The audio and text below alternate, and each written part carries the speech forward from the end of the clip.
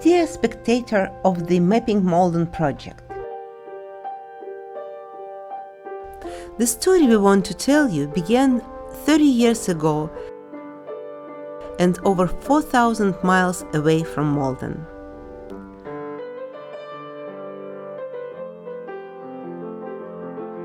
Main characters: Anton Sviridenko, a blind and autistic baby boy who later turned into a talented young man, a musician named Santon. Parky, Black Labrador Retriever. Wade's Mountain Park, Malden, Massachusetts. Wade's Mountain Park in our story is not just a place, but a character that plays an active role in the story. It has a soul and is dearly loved. Supporting characters: Julia and Alex, Santon's parents. Once upon a time, there was a boy and a girl, Yulia and Alyosha, who were friends for as long as they could remember themselves. Wait, you started telling a completely different story. You're right. We could tell another story about them, but their friendship and later love served as the beginning of the very story that we are telling here. So the boy and the girl turned into a young man and a young lady, got married, and they had a baby boy. Young parents doted on their newborn. Nothing clouded their happiness for the whole 3 months. But the time passed, and the baby did not respond to their affectionate glances and smiles with his own gaze and smile back. The parents went to local healers, the best doctors of traditional Western medicine, and received their conclusion. The child was born blind without light perception due to the underdevelopment of both optic nerves located in the brain. There were other brain malformations, the impact of which on the intellectual development of the child could not be defined at that time. The diagnosis for their son was stated as SOD plus bilateral ONH, Septo-Optic dysplasia plus bilateral optic nerve hypoplasia. A young couple had to make a very difficult decision, but the only right one. They had to break a word given to Alexei's mother not to leave their home country. Without proper long-term preparation, the family flew away from their home and arrived in Malden, Massachusetts, seeking a better quality of life for their baby boy that they couldn't get back at home. Julia and Alex could easily adopt their names for the new English-speaking country, but they still had to learn English and obtain an education and profession suitable for the United States. Hello, my name is Santon.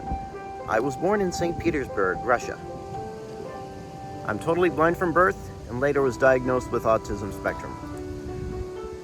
I moved to Malden, Massachusetts with my parents when I was 1.5 years old. I had attended Perkins School for the Blind and later went on to graduate Berklee College of Music, summa cum laude. Sort of go in the door and have that discipline to play, because boy, if you made mistakes, you wouldn't be seen again. After graduating Berklee College of Music, I have been playing solo and collaborating with a friend of mine named C.D. Collins, a Kentucky native who lives in Malden, Massachusetts. She's a poet, writer, and spoken word artist. I accompany singers. For the past 5 years, I have been playing piano with the Boston Tango Orchestra. I play the violin and the bandoneon and several other instruments. I also compose music. Alone or with my musical partners, I have been performing all around New England, New York, Kentucky, Colorado, and several other states, as well as in Toronto, Canada. Well, that was the summary of the past 30 years told by Santon. As for us, his parents, the first 5 years were extremely challenging. But we were young, full of energy and optimism, And we did it. We didn't regret for a second our decision of moving from Russia to the United States. In Malden in particular, and in Massachusetts as a whole, we've met many beautiful people who helped us to raise our son and helped him to become a happy and successful young man as he is today. Our new country became our second home. Malden became our beloved hometown. It took us about 10 years before we felt pretty comfortable socially, professionally, and financially. However, while getting on our feet in our second homeland, we had to deny ourselves certain things along the way. The most serious and sad yet very reasonable decision that we had to make was not to have a second child during our early years in this country. Back then, we didn't have extra time, energy, or money. And when we could afford a second baby, it was already too late in the sense that with Santon, they would be too far apart in their age. So Santon grew up as a spoiled darling and the only child in the family. Therefore, when our good friends introduced to us Puppies Behind Bars program and offered Santon to have a puppy, black Labrador Retriever, Parky, who was a sweet, well-trained, loving girl, we gladly accepted her into our family. Parky became the only living soul that Santon had to take care of. My dog Parky was born in 2004 in Killfish Prison, upstate New York. She was raised in the Puppies Behind Bars program. The inmates were preparing puppies for the Guiding Eye Dog School. The PBB, or Puppies Behind Bars, is a program in New York prison. It trains inmates to raise puppies to be service dogs for the disabled. Our Parky didn't fully meet extremely high standards to enter the Guiding Eye Dog School that she was supposed to go to after she graduates from PBB. Therefore, the program donated her to Santon as a companion for a blind and autistic child. When Parky joined my family, she was 1.5 years old. She was already trained to respond to all basic commands, such as come, Parky, come! get busy when it is time to potty, sit, wait, down, heel, to walk by my left side. I taught her some new silly tricks to do, such as bringing slippers to each family member, bringing me her leash when we were getting ready to go for a walk. My dad would place a carrot on her nose, tell her to wait, and then eat it. Parky would throw the carrot up in the air and catch it in her mouth.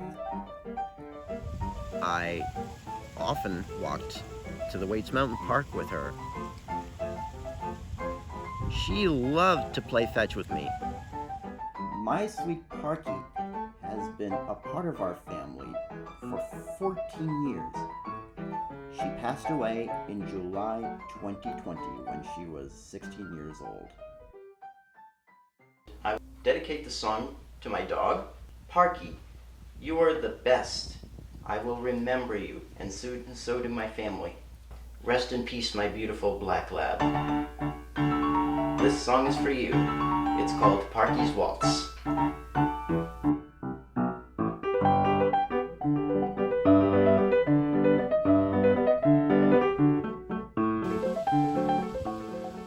while Parky was alive and after she passed away. I still like to go for a walk in this park with my parents or friends. I also like to jump on the jump rope, roller skate, climb the obstacle course.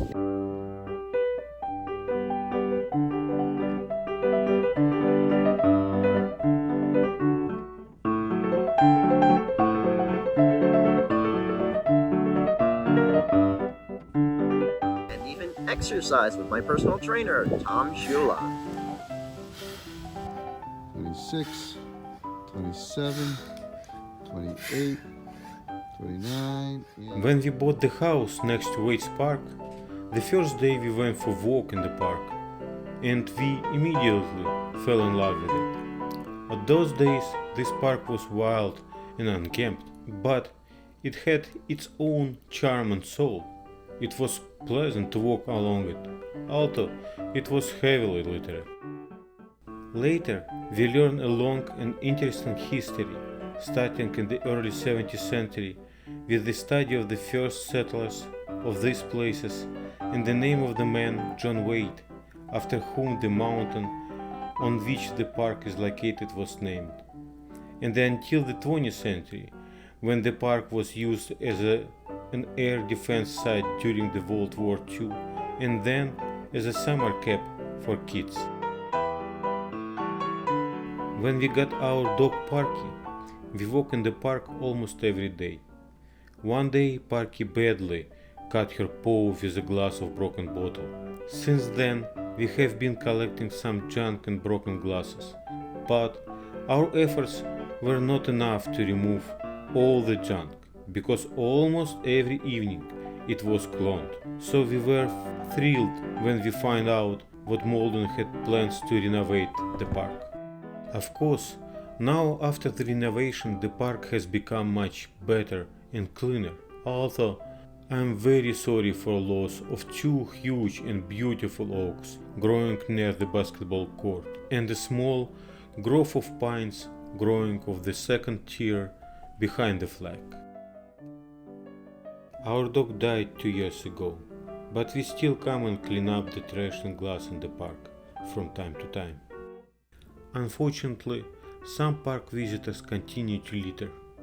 It's especially strange and unpleasant to see plastic bags with dogs' waste left on the side of the path. I take this opportunity to ask all visitors to the park to clean up after themselves and dogs all the garbage and throw it in the trash cans in the parking lot. It's not as difficult as it seems. Come on, people, just be kind. Yes, please, be kind and use common sense. Or fully follow the rule. Many wild animals live in this park. Coyotes, raccoons, rabbits, squirrels, foxes, just to name a few. Nobody cleans after them, and that's okay. Animals' feces serve as organic compost for the soil. You really need to pick up after your dogs only if they poop where people, and especially children, can accidentally step in it. But if you choose to just follow the rule, do it all the way through. Otherwise, you pollute the environment because plastic bags will never decompose. Also, I would like to share an idea. Since young people continue to burn bonfires in the park, and it seems impossible to stop them, it may be worth organizing the fireplaces. Waits Mountain Park is a little gem in our city. It gives human visitors and their pets fresh air and shade on a hot summer day, displays amazing colors of autumn foliage and spring bloom, and winks at us with the snow sparkles on a cold winter day. We come here for a fabulous view of the Boston skyline, beautiful sunsets, and stargazing on a warm summer night. With our love and care, the park will thrive. Love and kindness are the most powerful engines. They can heal or damage. When used properly, they can turn a little piece of land into a beautiful park, turn a silly puppy into a service dog, empower a person who committed a crime to contribute to the community, help a veteran, or a person with disabilities. they can turn a handicapped baby into a strong and successful man. Thank you for being kind.